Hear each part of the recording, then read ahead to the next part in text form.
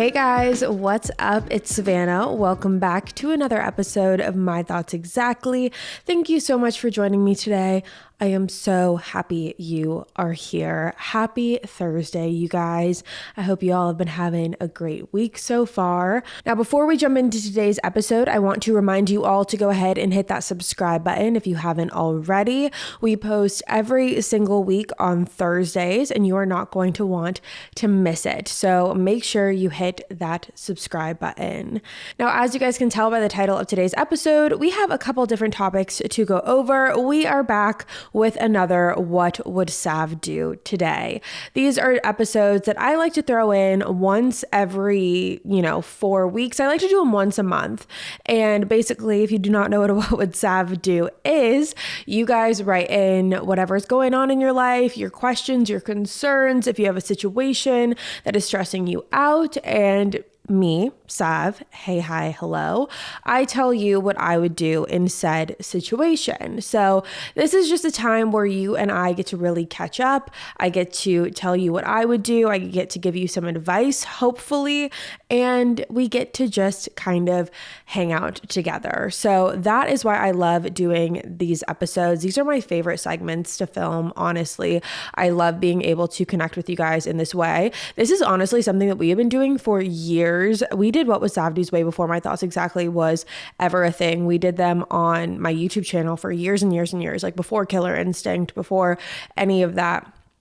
So I love being able to, bring back old segments like this. So with that being said, we are going to jump into it today. And if you want to be a part of the next What Would Sav Do, make sure you go ahead and follow My Thoughts Exactly on Instagram. It's just at My Thoughts Exactly podcast. It's always in the description of every podcast and every YouTube video version as well. So make sure you go follow. That way you are always up to date with what is going on with episodes. You guys can give your input, opinions, all of the things. So let's jump into it today. Okay, first up, what would Sav do if a coworker talks to you like you're dumb or in a very rude way, even though you just started? Now, this is a little different because obviously I don't have the most traditional job where I go into an office or I'm surrounded by people in a workplace. However, I do have friends who have gone through this same exact problem, this similar issue, and I have a couple things to say about it. The first is that oftentimes people, for no rhyme or reason, find a way to be rude, standoffish, mean when it comes to new people coming in, starting at a job that they're working at. A lot of times this could kind of be like a superiority complex. Like they feel like they need to kind of like put you in place and let you know that like they've been here for a while, they know the ropes, they're in charge, and it's very much a superiority thing. Oftentimes it's just a demeaning thing. They like to, again, feel like they're in control. So they like to be a bitch, they like to be rude, they like to be standoffish. But here's what I would recommend in this situation.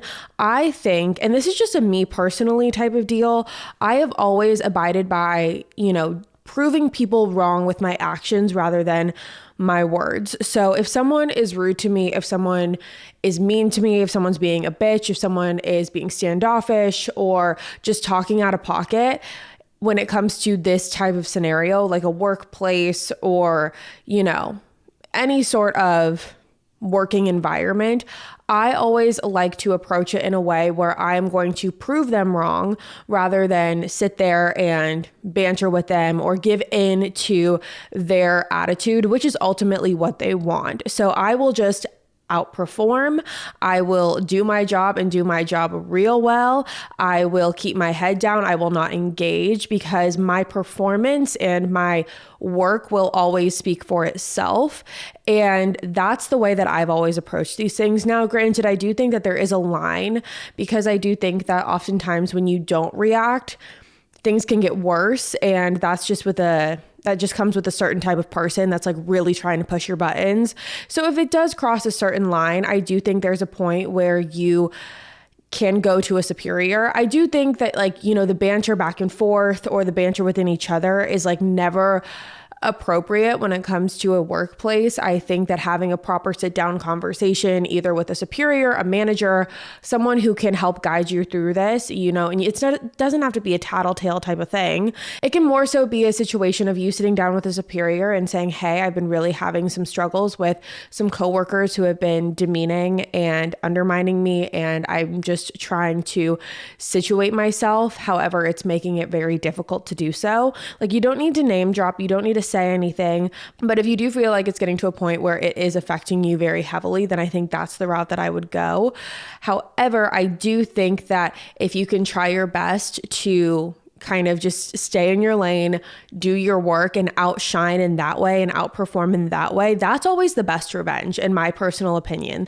If like someone's barking and just like being a mosquito and like you just kind of want to like smack them away, like I always think the best revenge is showing them up, like showing them that they don't know what they're talking about, showing them that they can talk all they want, but like while they're talking, you're working and you're outperforming and you're the one who's succeeding.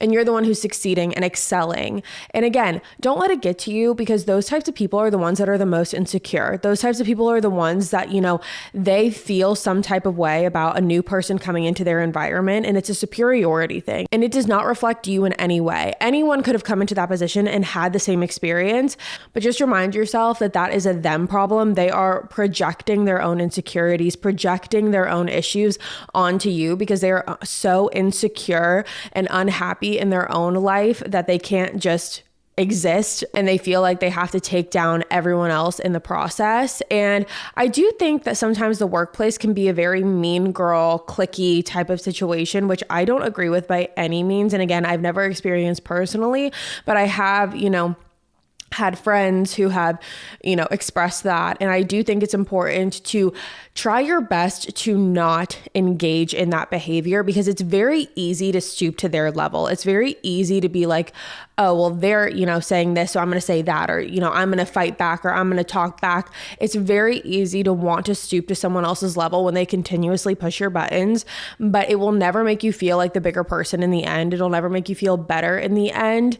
I'm not saying don't stand up for yourself, because I do think that there is a point in time where you need to, but I do think it's also important to remember that by stooping to their level, you are never going to feel like the bigger person. You will feel like the bigger person by being the bigger person in the ways that I've just explained. So I hope that helps a little bit, and I hope that gets better for you soon, because that is a really shitty situation to be in. But again, just remind yourself that it has nothing to do with you, and they are just trying to undermine and control a situation in any way that they know how. It's honestly very desperate on their part if you think about it. Like, that is such a sad life to live if you feel like the only way that you can feel better about yourself is by putting someone else down who is like quite simply just, like you're just going into work, like you're just doing your job, and they feel the need to belittle you and ridicule you. And I just think that that's very, very low life behavior. So just remind yourself that you're better than that. You're above that. You're the bigger person, and don't engage in that type of energy. Just push it to the side.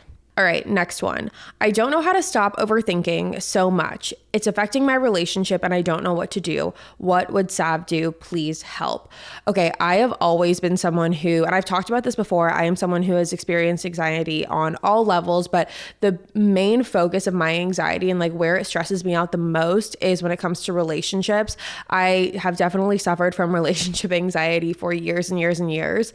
And I think that what I can really just kind of sum it all up to be is you really have to sit there and you have to ask yourself, first of all, you didn't really explain like what kind of anxiety you were experiencing around your relationship. If it's, are you worried that your partner is going to go out and cheat, or that they're lying to you, or that they're going to break up with you one day, or that something bad is going to happen? Like, there's a lot of different little things that can exist within the umbrella of relationship anxiety. So I think when we look at that and break it down, you really need to sit there and ask yourself, are you really concerned with what's going on? Like, is the narrative that you're feeding yourself like, oh, are they cheating? Are they lying? Are they out doing something they're not supposed to be doing?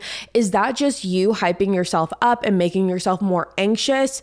Or are you actually in your heart of hearts, like in your true gut instinct, do you really feel like that is the case? Because I know personally for me in my anxiousness of relationships, I've really had to sit there and be like, okay, am I just stressing myself out? Like I have a tendency to do that when it comes to anxiety personally. Like I will definitely overhype a situation or overstress a situation. And then I'll have to, text 6 different friends and have them bring me down and be like, Savannah, like it's okay. Like, it's not that big of a deal. Like, it's not, you are overhyping this in your head. You're making this a bigger deal than it is. And that's not, to say that my friends are sitting there calling me crazy, but they're just calling it how they see it, which is, they know me, they know that I get severe anxiety when it comes to certain relationship situations. And they know that sometimes they need to check me and put me into place, because they will also be the first to tell me if something is wrong, if something does not seem right, So I think it's really important to sit there and ask yourself, like, okay,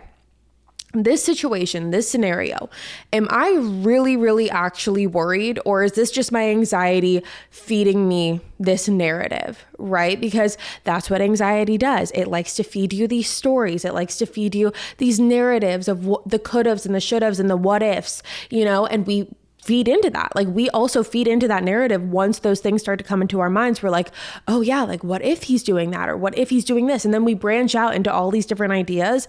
And you need to just sit there and take a breath and slow down. And you need to ask yourself, like, am I actually worried about this?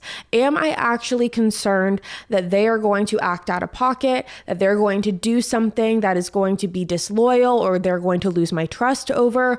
Or is this my anxiety?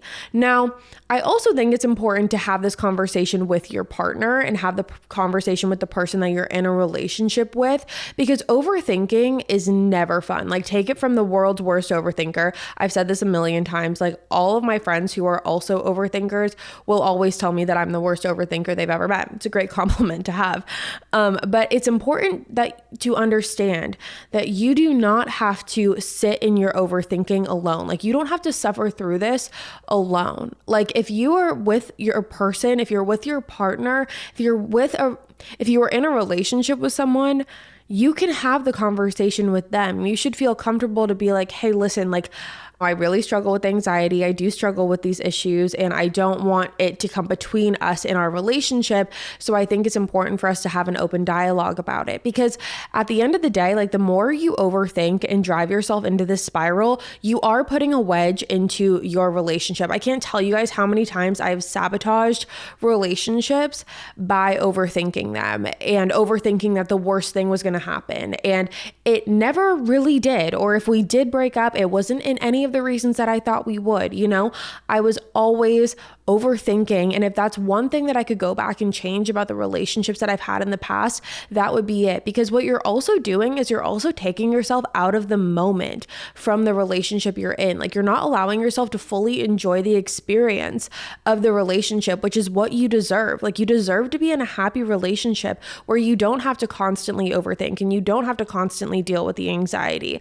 So in order to kind of tame that, I do think it's important to have an open dialogue with your partner, just to be like, hey, I'm really struggling with my overthinking, or hey, I'm really struggling with my anxiety. And I'm not trying to put that on you as like a blame type of deal, but like it does stress me out, and it would probably make me feel better if we could just kind of have like open check-ins on it. And there shouldn't be anything wrong with that. Like, if you are with a partner who is emotionally mature, they should be willing and eager to have those conversations with you, because they know that in the end, if you are, not overthinking, and if you can subdue your anxiety, that all in all is going to strengthen your relationship, and it's going to make you both happier in the end. So I think it's really important to just be okay with having those conversations. Like, you don't have to sit there and struggle with it alone. You should be able to have those conversations with your partner. So that's what I think. All right, so next up, I'm always so anxious, but I don't want to take medication. What's a way to help cope? What would Sav do? Okay, so I think that there's a couple different ways to go about this conversation. First of all, I think it's great to have an understanding of what you want to do versus don't want to do, because then we can go by process of elimination, right? So we can say, all right, you don't want to go on any medications or have any medicine to, help with that, which I think is a good thing to recognize. Whatever your decision may end up being, whether you are someone who likes to go on medication for anxiety or any other antidepressants or anything like that, like obviously it's important to do your own research on all of those things. But if you decide that you don't want to do that, again, I think there are a couple ways we can go about it. Similarly to the last question that we just did, I think it's important to have those moments with yourself to help reflect and be like, okay, is my anxiety right now real? And I know it feels real in the moment. So don't think that I'm like, trying to, not or say it's not real, because that's not what I mean. But what I mean is, similarly to what I recently just said, is the anxiety that I'm feeling, is that playing into a narrative, or is it actually something that is happening in this moment right now? Because a lot of times our anxiety is there to, overstimulate us and make us nervous and make us worried. We can't feel settled. And it's important to try and overpower it with your mind and just be like, okay, pushing that to the side. And again, trust me, I know this is easier said than done, but pushing it to the side and being like, okay, take a deep breath. What am I really anxious about? What is the core of it right now? And if it is something that is controllable and is fixable, then we can work on fixing it. But if it's not, here are some of the ways that I like to work through anxiety when I feel like nothing is working and nothing is helping. Because I think that, I think a lot of us have been there in that, where it's like, regardless of, having those conversations with ourselves, regardless of, telling ourselves that it's a story that we're being fed and a narrative that we're telling ourselves to only make our anxiety worse, sometimes that doesn't work. And I completely understand that. So here are the ways that I like to go about it. First thing that I've always loved to do is go for a drive. This has been something that is so beneficial to me in so many instances of my life. Going for a drive with the windows down, getting fresh air, listening to my favorite playlist. This is something that always helps me get out of my head and helps subdue my anxiety. It really helps me. And I don't know if this is, if other people experience this too, but what really helps me is seeing other people, like seeing that there's other people out, walking on the street or driving in their car. Like that's why I enjoy driving, not only for the fresh air part and just, kind of getting out of my space, but I also enjoy seeing that there's other people out that are living their lives, and like my anxiety, which makes it feel like the world is fucking ending sometimes, is just my anxiety telling me that. So I like to do that. Another thing I like to do, if you don't have access to a car or anything like that, I like to go for a walk. That also I think is a great way just to kind of get out of your head. A lot of times when I've had anxiety, like what has helped the most is getting out of my environment. So if I'm in the house all day, or if I'm, in my room, or wherever it is, and I'm just getting pent up with anxiety and it's been a constant feeling throughout the day, I always think that the best cure is removing myself from my normal environment. Going to, I was going to say a coffee shop, but coffee's probably not best when you have anxiety. Going somewhere that just is out of your norm, out of your, typical routine, and just breaking things up a bit, I think really, really, really helps. So that would be like my top two. If you wanted tips for like staying at home and how to, help it that way, I think even opening a window, like fresh air is so crucial, I think, because again, it just is, waking you up a little bit. I also think, taking a shower, that always is something that's really helped me. And just kind of like, I don't know why, but when I get in the shower, I feel like I'm almost like washing it away in a weird way. Like that's how my mind kind of rationalizes it a lot of times. Like if I feel really anxious, I'll get in the shower and I'll just, I'll do my everything shower. Like I'll do all of the things, all of the scrubs, all of the lotions, all of the, all of the masks, everything. That I feel like really helps. Putting on my favorite comfort movie or my favorite comfort show. For me, that's like Grey's Anatomy or One Tree Hill, or I've really been into The Ultimatum right now. So that's something that I love. The Office, things like that. Really lighthearted stuff. I don't like getting into like, the true crime or anything like that when I'm anxious, because it only like makes it worse. But if that's something that you love, then I think that that would be great for you. Everyone is going to be different. I also think lighting a candle, dimming the lights, not making everything so harsh, so bright, really trying to calm your environment. I like to make my room or my house almost like a spa. You know how spas are really dim?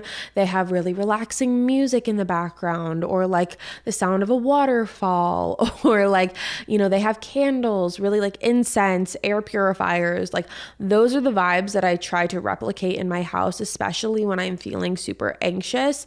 That way it just helps calm me down. So those are some of the ways that I like to implement. Also, something that I think is really important is having someone to talk to, you know, calling a friend, calling a family member, and just being like, hey, I'm really anxious right now. Like, can we just chit chat for a little bit? And like just doing things that'll help distract you a little bit while also just getting you through the next few moments and getting you through that anxiousness that you're really feeling at the moment. So those are some of my favorite tips and tricks.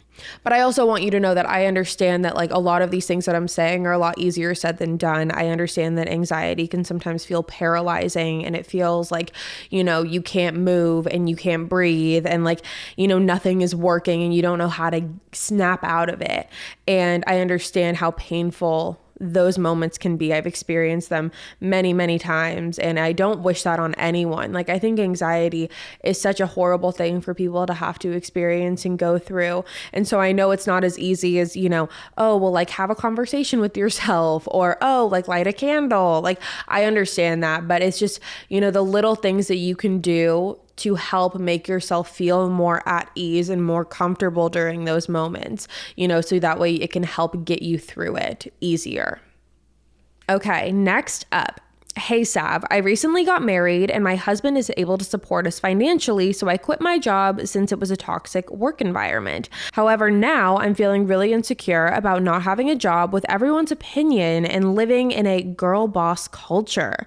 How would you go about navigating this? I feel self-conscious being a stay-at-home wife since that's not the norm nowadays. Love you. What would Sav do? Okay, love you too. Congratulations on your marriage. I think I might have a little bit of a conflicting opinion, not conflicting, an unpopular opinion when it comes to this that people might not like, but I'm going to say it anyways.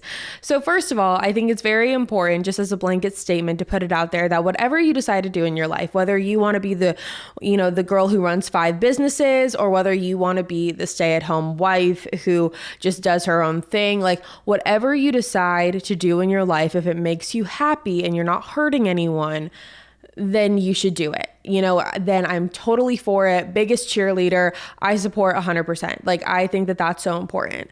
I do think that over the past couple years in society, we have pushed this girl boss culture almost to an extreme.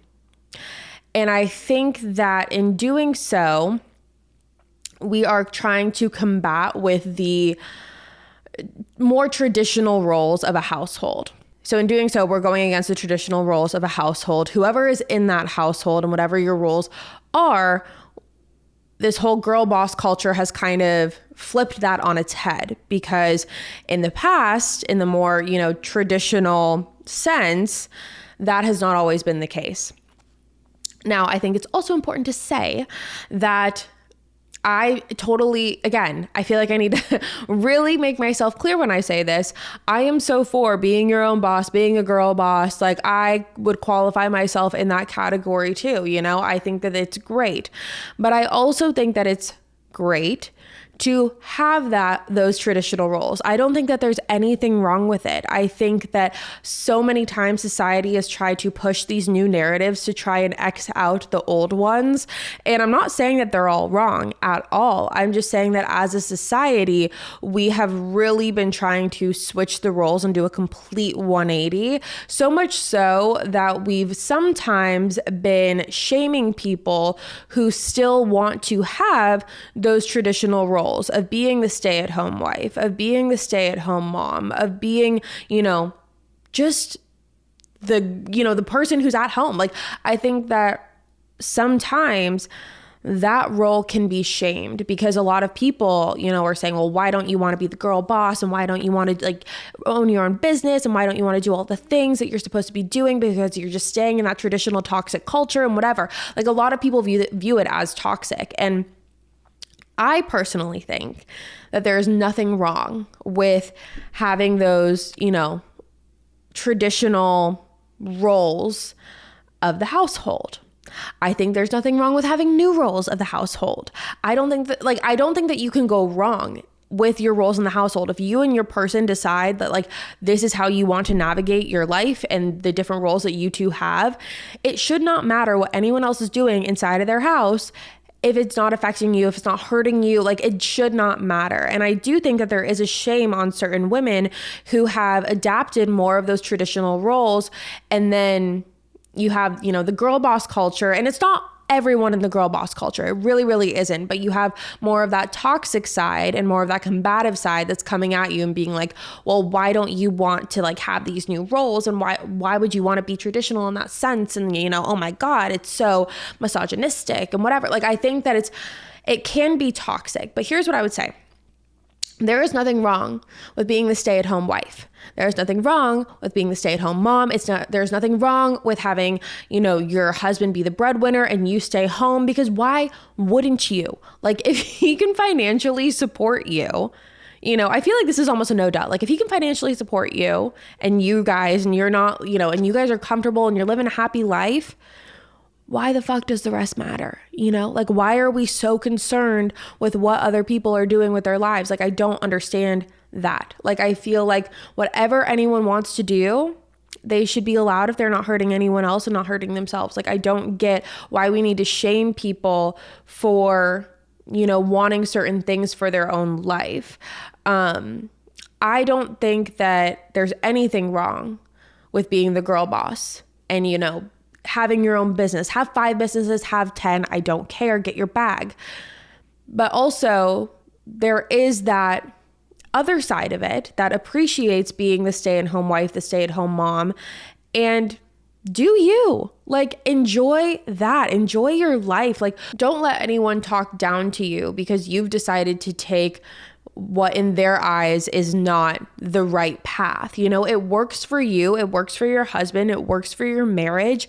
And that's all that matters. So try and push the, comments from the peanut gallery to the side. You don't need that in your life. You don't need that negativity, and just enjoy being the stay-at-home wife, whatever that looks like for you. I love that personally. Like, I think that that's amazing. So I think that if you are happy, then that is all that matters. Don't feel the pressure. Don't fall under the societal pressure to feel like you need to stretch yourself too thin or that you're going to be throwing yourself into something you don't want to do just to appease society. I think that's bullshit. Do what you want to do. If you want to be the stay-at-home wife that, tidies up the house and cooks and does the baking, whatever it is, go for it. I think that's great. Why wouldn't you? I would love to do that. That sounds so much fun. So all in all, I think it's important to remember that everyone nowadays feels entitled to give their opinion on everyone's life and what everyone is doing and what everyone, has going on behind closed doors. Everyone feels this entitlement to give their opinion on why they think what you're doing is wrong. Don't let it get to you. Just don't. I know that's so much easier said than done, but everyone's going to have an opinion, and I can't sit here and say, don't let people have an opinion, because that's just not going to happen. And everyone's going to have an opinion, and everyone is allowed in it to have one. But it's just when they push that opinion onto you, they push their own ideologies and what they think is right onto you. You don't have to abide by that. Like, you can do your own thing and be happy. You don't have to be the girl boss all the time. Like, this is your season of being the stay-at-home wife. Maybe in a couple years you'll want to start your own business, and maybe that'll be your path, and maybe then you'll want to kick it into like this girl boss gear, and that'll be great for you. But also, if not, who cares? Just do you. Enjoy it. Enjoy this time. That's what I would do. All right, so moving on to the next one, it says, I just graduated college, I'm long distance, and I have a job. I'm not happy, but I'm doing what I need to do to make money. What would Sav do? Okay, so I think it's really important to remember in these instances where we feel helpless and we feel like, very just mundane about life, and we feel like we're just doing these things to exist. And you're long distance and you graduated college, you have a job, and like you're just not happy, but like you're doing what you have to do to survive kind of deal. This feeling is very temporary. It's important to remember that it will not last forever. What you're going through right now will pass. This feeling will pass, and everything is going to situate itself and play out the way it's supposed to. Things are going to happen and things are going to fall into place where you won't feel like this forever. It's just for right now. You're doing what you have to do to survive. And I think that there's also a culture shock, like when it comes out of, getting out of college, graduating, and going into your first like real adult job, and like you're hit with adulthood like straight in the face. Again, I didn't go to college really, so I didn't have that, but I have friends who had that, and I know that the like culture shock of like coming out of college where like you're an adult, but you still have classes, and, you're going to parties and bars, and like, it's a whole thing, versus like, oh, now you're an adult, like now that we've graduated, like now the real world hits. And that can also be like a little bit of a shock as well. So just remind yourself that what you're feeling right now is very normal. I know a lot of my friends have felt the same exact way of getting out of college and realizing like, oh, like adult world, like we don't just get to like kind of mosey our way into it. It's not like a smooth transition. It's like, bam, like you're an adult and like that's what this is now. And it can feel very overwhelming. It can feel very intimidating. It can kind of feel like, is this what my life is going to be like forever? It's not. This is just a transition period of your life to get you from point A to point B. And it's important to remember that it's not going to last forever. I would say just to kind of like make you feel better and to make life more exciting, like plan things around your schedule right now that make you happy, that you have things to look forward to, whether that's just like FaceTime dates with your partner, or like going to actually see them in person, having them come visit you, or like making fun dates with your friends, or just by yourself, like whatever you can do to like make this time right now feel a little bit more enjoyable. I very much encourage it, but also remember that this is a temporary feeling and it will not last forever. Oh, I love this one. Okay. What would you put on your seasonal bucket list to live more intentionally? I love that question. Something that I've really been prioritizing in my life as of lately to be very intentional is my relationships with people. Building strong bonds with people, building a community of friends, and like building my tribe. Like to me, that is so important at this phase in my life, like building friendships that are long lasting, like having my people is really, really important to me. So in this season, I don't know if this really falls into what you were saying as far as like bucket list, but as far as being intentional, I'm being very intentional with who I surround myself with. I'm being very intentional with who I give my time to. I'm being very intentional as to what I say yes to, what I say no to. And I'm being very intentional because, I'm getting to a point in my life where like I'm seeing, I've done the parties, I've done the bars, and like it's very fun, it's very exciting. I've lived that life. Now I have, my person, I have a dog, I have a little family that I love, and they are my priority, as well as creating like strong bonds and long lasting friendships that can carry me out for the next few years and hopefully for a lifetime. Like to me, I'm someone who has very much experienced like a recycling of friendships. I have had many friends come and go, and I think it's really important to kind of just find your tribe in that sense. So that is something that I'm being very intentional with, is my friendships. And I love, as far as the seasonal stuff, like when it comes to the holidays and stuff like that, like bucket list type of deal, like we are trying to encapsulate the throwbacks of the holidays. So like when we were growing up, like when we were all kids, I think that the holidays were very different than what they are now, obviously. So just recreating our like old school, I say old school, but like, the throwbacks of what our holidays were like growing up, and like encapsulating that feeling again. So we're going to do a little Halloween get together. We're going to do a little Christmas party and just make it very wholesome. Like I'm not trying to like go crazy anymore. Like I want hot chocolate. I want the Christmas movies. I want the Christmas lights. Like I want the Halloween games. Like that's my vibe. And that's, I know it sounds silly, that's my vibe, but like it is. And, having those wholesome things to recreate with like my friends and the people that I love and care about, like that's really important to me. So that's what I'm focusing on a lot in this season. Okay. Do you find it okay if your husband watches porn but doesn't know that you know? What would Sav do? Okay, this type of question is very subjective because I am thinking of a friend of mine personally who is going through something very similar to this, and we have had many, many, many conversations about it. Now, I think it's important to remember that everyone's going to have a different opinion on what they find okay versus not okay when it comes to watching that type of adult content online or wherever they get it. Like, everyone's going to have a different standpoint on it. Everyone's going to have a different opinion. And if that is something that you are not okay with, then that is completely valid. And that's a conversation you need to have with him. If this is more a question of, you are okay with it, but he's lying about it and he doesn't know that that's going to be a little, then that at that point is like, does he really need to tell you if you already know, and if you're okay with it? Like, at that point, I think it's a little bit more of a gray area. But if this is something where this is something that he does, you are not okay with it, and you want to have that conversation, I think you are completely able to bring that up in a way that's doesn't have to be, again, combative. It doesn't have to be aggressive. It can just be like, hey, listen, this is what I always tell my friends to do when they want to bring up a topic and that they never know how to bring it up. And maybe this is a little bit toxic and maybe not super mature, because you could just come out and say it hey, listen, I know you watch this and I'm not okay with it. You could do that. But I always feel like it's better to have a little bit of a intro. I don't know. It just makes things easier a little bit. I always use this method. So when you and your partner are unwinding from your day, when you're chit-chatting, when you're gossiping, when you're spilling tea, when you have that moment to talk, I always suggest the method of bringing up a conversation that you personally have had with a friend. You don't have to have this conversation with a friend in real life, but we're just going to pretend that you did.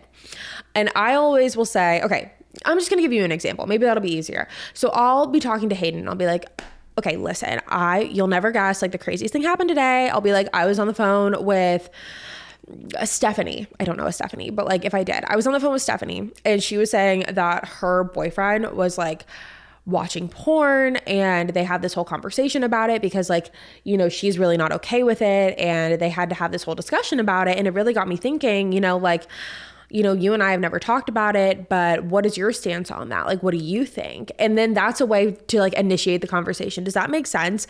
Bringing up the topic of conversation from someone else's standpoint just seems a little less aggressive when it comes to these types of topics. So those are the routes that me and my friends will always use. We'll always just kind of use each other in those situations.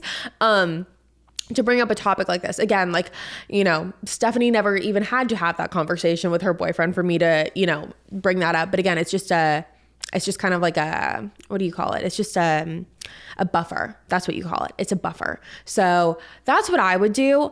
But again, you can also just be straight up about it and be like, listen, I know, or I saw the other day that you have been watching this type of content and I'm really not okay with it. If you don't want to go the buffer route, just be straight up about it and stand your own and stand up for yourself. And you're allowed to have that opinion. You're allowed to have those feelings. So that's what I would do. Okay.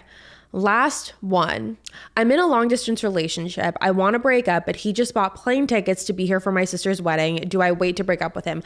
Okay. No, we are not going to wait to break up with him for several reasons. First of all, in my last relationship, my last 3-year relationship, I knew that I wanted to break up with him for so long. I knew that I wanted to break up with him for quite some time because we were having so many issues and cheating, and on his end, not mine, and just lots of problems. And I would always be and I would always find a reason not to break up with him. I would always be Christmas is coming up. I can't break up with him over Christmas. Oh, and then there's New Year's. We can't break up over New Year's. And then right after New Year's is my birthday. Can't do that. And then we have 1 month until Valentine's Day. Can't do that either. Who wants to be broken up with right around Valentine's Day? And then we're just so busy these next couple months. And then essentially, I would always make excuses as to why I could not break up with him.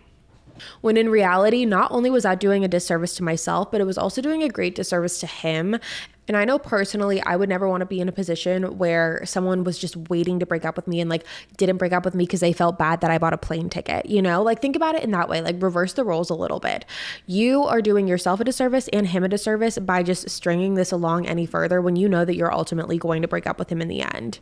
So if I were you, I would definitely just bite the bullet. I would break up with him, and it's going to suck and it's going to be hard, but it's going to be better for both of you in the end. You're not even going to really be able to enjoy your sister's wedding if you're just sitting there dragging him along knowing that you're going to break up with him shortly after. Like that's not fun for anyone. So I would just save you, him, and your family of like having to be there for the wedding, like all of that time, and just end the relationship now. I think that that is the best way to go about it. So that is what I would do in the situation. I would just end the relationship now. And that way you can actually enjoy your time at your sister's wedding. It's going to be hard. It's going to suck. No one likes breaking up with people, but especially if you know that this is the right decision for yourself, then I think 100% you should just do it, especially if you have like no reservations, no doubts or anything like that. I think that just breaking up with him and then going on with your life, like that's going to be what's best for you. They always say, and by letting him go, you are also like setting you and him free. So I think it's really important to remind yourself of that and just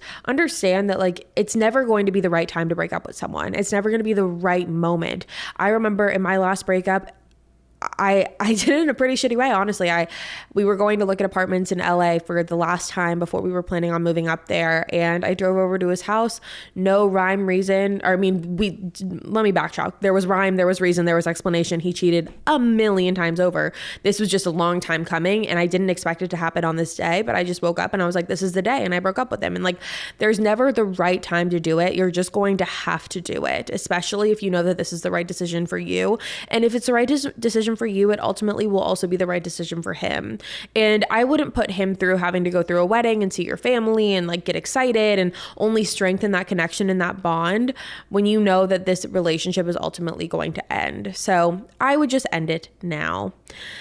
All right, you guys, that is going to be the end of it for me today. Thank you so much for tuning in to another episode of My Thoughts Exactly. Thank you so much for watching another episode of What Would Sav Do? I hope you enjoyed it. Again, make sure you go ahead and hit the subscribe button. That way you never miss an episode. We post weekly every Thursday. You're not going to want to miss it. I'll be back next Thursday with a brand new one, and I will see you there. Bye, guys.